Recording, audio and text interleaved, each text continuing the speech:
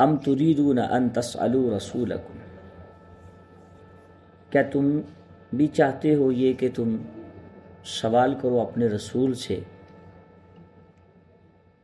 کما سئل موسیٰ من قبل، جیسے موسیٰ علیہ السلام سے اس سے پہلے ان کی قوم سوال کرتی تھی، جیسے جیسے ان سے سوالات کیے جاتے تھے کہ تم بھی یہی چاہتے ہو کہ تم اس طرح کے سوال کرو اپنے رسول سے۔ وَمَن يَتَبَدَّلِ الْكُفْرَ بِالْإِيمَانِ، اور جس نے بدل دیا ایمان کے بدلے میں کفر کو، ایمان کے بدلے میں کفر اختیار کر لیا، فقد ضل سواء السبیل، پس تحقیق گمراہ ہو گیا، وہ بھٹک گیا، وہ سواء السبیل سیدھے راستے سے۔ وَدَّ کثیر من اہل الکتاب، اور یہ چاہتے ہیں اہل کتاب کہ لوٹ جاؤ تم ایمان لانے کے بعد کفر کی طرف، یہ چاہتے ہیں کہ تم ایمان لانے کے بعد کفر کی طرف لوٹ جاؤ۔ حسدا من عند انفسہم، ان کے دلوں کے حسد کی وجہ سے، یعنی وہ اپنے دلوں کے حسد کی وجہ سے یہ چاہتے ہیں۔ من بعد ما تبین لهم الحق، بعد اس کے کہ واضح ہو گیا ہے، ظاہر ہو گیا ہے حق بات واضح ہونے کے بعد۔ فاعفوا واصفحوا حتی یأتی اللہ بامرہ، بس معاف کریں اور درگزر کا معاملہ کریں حتیٰ کہ اللہ تعالیٰ کا حکم آ جائے، فیصلہ آ جائے۔ ان اللہ علی کل شیء قدیر، اللہ تعالیٰ ہر چیز پر قادر ہے۔ واقیموا الصلاۃ وآتوا الزکاۃ، نماز قائم کریں اور زکوٰۃ ادا کریں۔ وما تقدموا لانفسکم من خیر، جو کچھ بھی تم آگے بھیجو گے اپنی طرف سے، لانفسکم من خیر، بلائی میں سے، اچھی چیزیں میں سے، تجدوہ عند اللہ، اللہ تعالیٰ کے ہاں اس کو پالو گے ویسے کہ ویسے۔ ان اللہ بما تعملون بصیر، بے شک اللہ تعالیٰ جو تم کرتے ہو وہ دیکھتا ہے، دیکھ رہا ہے۔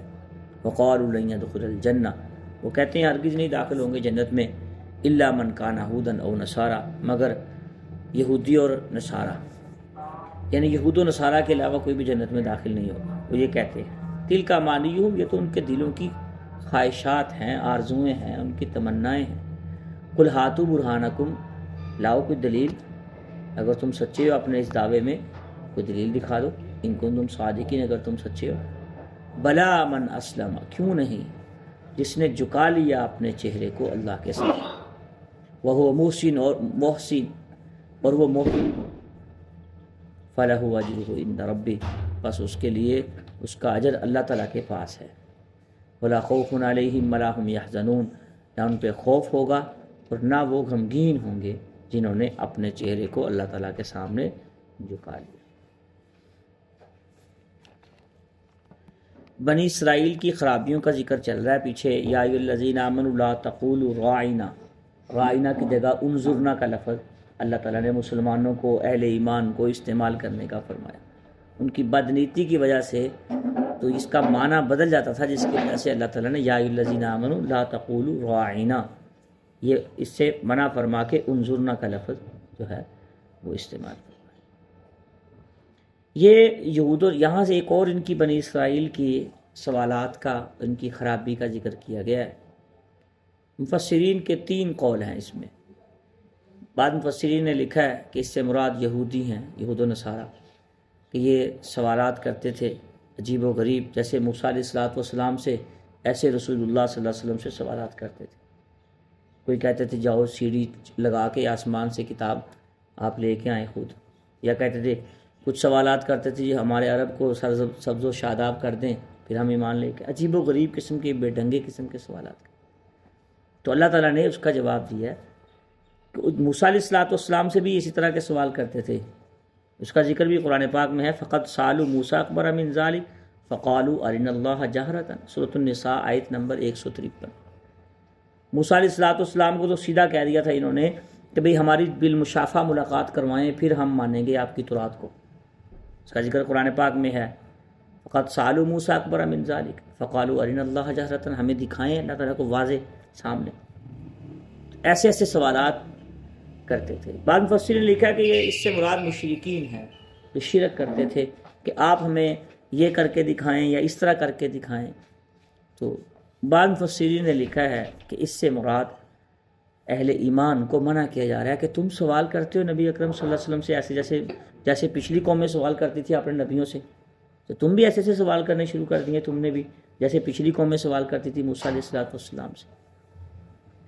تفسیر ابن کثیر جلد 1 صفحہ 152 پہ اس کی پوری تفصیل موجود ہے، اور اسی طریقے سے تفسیر کبیر جلد 3 صفحہ 235 پہ اس کی پوری تفصیل موجود ہے، اور معالم التنزیل جلد 1 صفحہ 45 پہ یہ میں نے 3 تفاسیر کے حوالے اس لیے دے دیے ہیں تاکہ آپ نے اگر مزید اس کی تفسیر پڑھنی ہو، تفصیل پڑھنی ہو، تو وہاں سے آپ رجوع کر کے مزید تفصیلات اس کی پڑھ۔ یہ ربط تھا پچھلی آیات کے ساتھ، اور اس آیت کا مقصد تھا کہ کیسے انہوں نے یہود و نصارہ کیسے سوالات کرتے تھے اور عجیب و غریب قسم کے سوالات بناتے تھے۔ تو اللہ تعالیٰ نے منع کر دیا ان کو، یہودیوں کو، اور اسی طریقے سے اگر مشرکین مراد ہوں تو مشرکین کو، اگر مسلمان مراد ہوں تو مسلمانوں کو بھی ایسا سوال نہیں کرنا چاہیے جس کا کوئی دنیا میں یا دین میں کوئی فائدہ نہ ہو۔ ایسی بات ایک ہے، سوال کی بھی کئی قسمیں ہوتی ہیں۔ ایک سوال ہوتا ہے بندہ اپنے ایمان کو یا اپنے علم کو بڑھانے کے لیے، یا اپنے نالج میں اضافہ کرنے کے لیے، یا اپنے آپ کو سیکھنے کے لیے سوال کرتے ہیں کہ مجھے سمجھ نہیں ہے اس بات کی، یہ سوال کر رہے ہیں۔ بعض سوال ہوتے ہیں پھنسانے کے لیے، علم چیک کرنے کے لیے، جس سوال میں نیت ہی ٹھیک نہ ہو، بھی آج ہم ایسا سوال کریں گے اس کا جواب ہی نہیں آئے گا، آج ہم ایسا سوال کریں گے پھنسا لیں گے۔ علم میں کوئی بھائی وہ نہیں، انسان زیادہ جاہل ہے، کم عالم ہے، معلومات مجہولات سے زیادہ ہیں ہماری، کم ہیں۔ جتنی چیزوں کو، کائنات کتنی بڑی ہے، ایک کلیہ سمجھ لیں گے تو ساری بات سمجھ اچھی طرح آ جائے۔ پوری کائنات کتنی بڑی ہے، کتنے علوم ہے کائنات میں، ان میں سے کتنا سا علم ہے اس 5 فٹ کے انسان کے لیے چھوٹی سی کھوپڑی میں؟ تھوڑا سا علم ہے نا۔ تو پتہ چلا یہ عالم کم ہے، جاہل زیادہ ہے۔ کتنی چیزیں جن کا علم ہی نہیں ہمیں، ہزاروں لاکھوں کروڑوں علوم ہیں، فنون ہیں کائنات میں، ایسی چیزیں زیادہ ہیں جن کا ہمیں علم نہیں، اور ایسی چیزیں کم ہیں جن کا ہمیں علم ہے۔ تو پتہ چلا انسان میں جہالت زیادہ ہے علم سے۔ تو کیوں پھر دعویٰ کس چیز کرتا ہے جی میں بہت بڑا عالم ہوں یا بہت بڑا جاننے والا ہوں ہر چیز کو؟ ایسی بات نہیں۔ قرآن پاک میں بھی اس کا ذکر ہے۔ اللہ پاک خود ارشاد فرماتے ہیں وَفَوْقَ كُلِّ ذِي عِلْمٍ عَلِيمٍ، ہر علم والے کے اوپر ایک علم والا ہے۔ تو بھائیو اپنے علم پہ دعویٰ نہیں کرنا چاہیے کہ میرے پاس اتنا علم، اور سوال بھی سیکھنے کی نیت سے کریں گے یا رہنمائی لینے کی نیت سے کریں گے پھر ٹھیک ہے، لیکن اگر پھنسانے کی نیت سے سوال کریں گے یا علم چیک کرنے کی نیت سے سوال کریں گے اس کا فائدہ ہی کوئی نہیں، اس سے تکبر پیدا ہوتا ہے، اور اپنے علم پہ جو اتراتا ہے کبر تکبر، وہ شیطان کا بھائی ہے۔ شیطان کو علم ہی تھا اس لیے دیکھیں گمراہ ہو گیا۔ تو وہ کام کریں جن کا اللہ تعالیٰ نے حکم دیا ہے۔ وَمَن يَتَبَدَّلِ الْكُفْرَ بِالْإِيمَانِ، جس نے ایسے سے سوال کر کے، اللہ تعالیٰ نے خود ہی اس کا آگے بتلا دیا، ایمان لانے کے بعد کفر کو جو بدلنے کی خواہش کرتے ہیں یا بدلتے ہیں، کفر میں تبدیل ہو جاتے ہیں، تو یہ گمراہ ہو گیا، سیدھے راستے سے بھٹک گیا۔ موجودہ دور میں اس آیت کا کیا مطلب ہے؟ بڑی گہرائی تفسیر میں مفسرین نے لکھی ہے۔ موجودہ دور میں یہ ہے بھائی، اگر قرآن پاک سارا سچا ہے، یہ تو ہمارا عقیدہ ہے مسلمانوں کا، اگر قرآن پاک کی کوئی آیت سمجھ نہیں آتی، یا کسی عالم کا کوئی مزاج سمجھ نہیں آتا، یا کسی مفسر کی کوئی تفسیر سمجھ نہیں آتی، مختلف المزاج مفسرین ہیں،